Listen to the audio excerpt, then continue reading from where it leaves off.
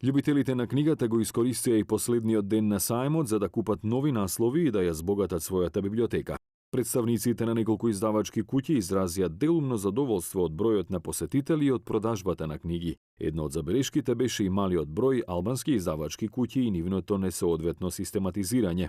Пара се кту ветëm disa shtëpibotuese vinë, si zakonisht 4 ose 5, edhe pse në konkursin e Ministrisë së Kulturës për votime paraqiten ndoshta 20 votues, të cilët janë fiktiv dhe asnjëherë nuk i sheh.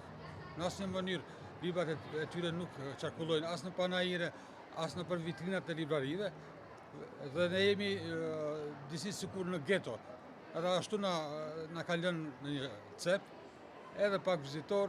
Друг проблем на издавачите беше и големиот интерес за читање на англиски книги наспроти книги на мајчин јазик. Еве како и издавачите од македонските издавачи и албанските издавачи имаме проблем што децата веќе читаат многу на англиски и најголемиот проблем ни е да се избориме со англиските книги, односно со англискиот јазик.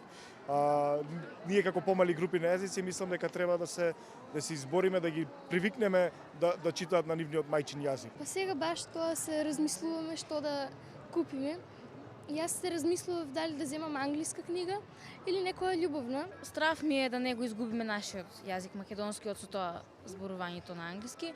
Меѓутоа мислам дека е и окей за да се надоградиме, да научиме повеќе нови работи. Повеќе од 65 издавачи учествуваа на 37-то издание на сајмот на книгата од 8 до 14 мај. Со секој купен билет сајмот на книгата ќе донира по 15 денари за СОС детското село.